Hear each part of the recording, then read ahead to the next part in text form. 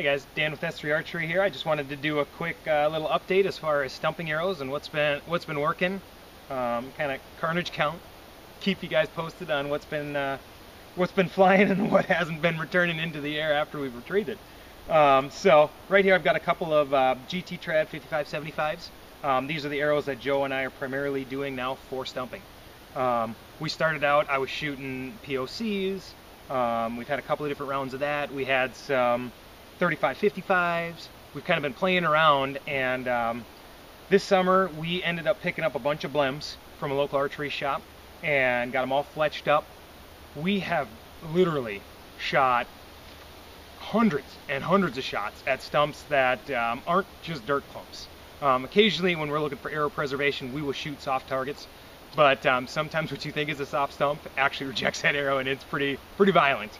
And so as of, this is basically end of August, we have had 3 failures, which is actually pretty amazing considering. And I don't count failures as far as fletching getting wrecked, because that just happens. If you're shooting through brush, no matter what arrow you're shooting, your feathers are going to get trashed up. And so I'm talking about actual shaft damage. The first one that we had actually had a hairline crack that fractured from the back side.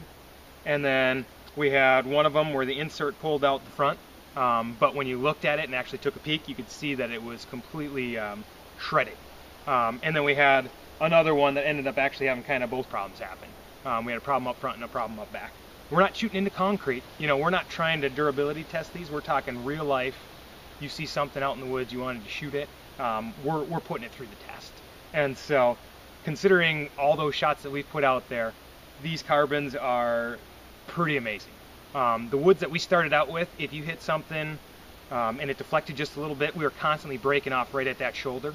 But we are shooting low poundage bows, and I'm sure that with a heavier spine, heavier POC, they've got to be a little bit more durable.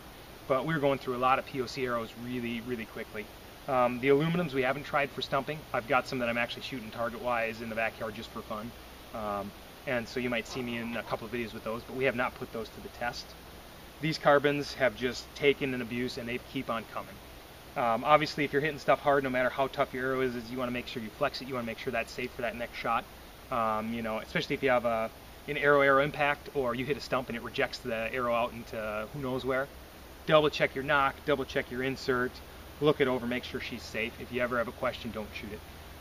All of us have seen probably pictures of the carbon arrow that failed on launch, and that's not good for anybody. But a couple of tricks that we've done with our carbons, though, as you can see, I ended up doing a triple orange fletch on this guy, and I just spliced in a tiny little natural turkey feather on the back, because I love knowing the cock feather. It makes it speedy to load. Although I've got an indexer on this nock just naturally from gold tip, I wanted that visual real fast, and so I've done this on all my stumpers. It makes it a lot more fun for me to shoot. Joe's rocking some also splices that I did here, and these, he does not have an indexer cock feather. He's got the just indexer here, but we ended up doing just the barred 3 reds, and then spliced in the whites on the back.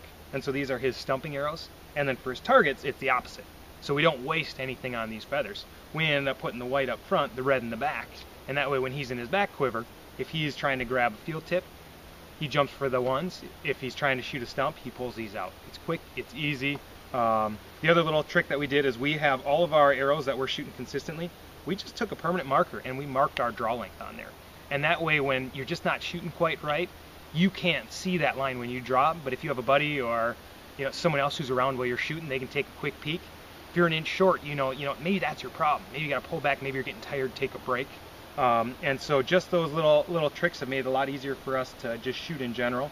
And bright feathers, baby. If you're going to be in the woods, bright feathers. So hopefully that helps you guys out.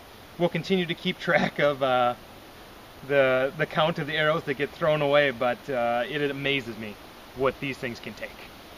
Thanks for checking us out.